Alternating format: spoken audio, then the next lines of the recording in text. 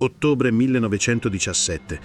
Dopo Caporetto, l'esercito austro-tedesco occupò il Friuli e vaste zone del Veneto, costringendo quasi 500.000 di civili a fuggire. Molte donne rimasero sole e spesso subirono violenza da parte degli eserciti occupanti. L'inchiesta del 1919 segnalò 165 gravidanze con dati certi e altre 570 senza nome.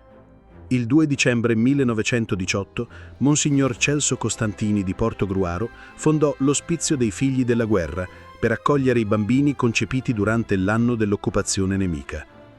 Tra il 23 dicembre 1918 e il maggio 1922, l'istituto accolse 355 bambini. Solo 106 tornarono alle loro famiglie e 17 vennero adottati. Erano chiamati figli del nemico, ma quell'ospizio nacque con l'intento di offrire protezione, non condanna.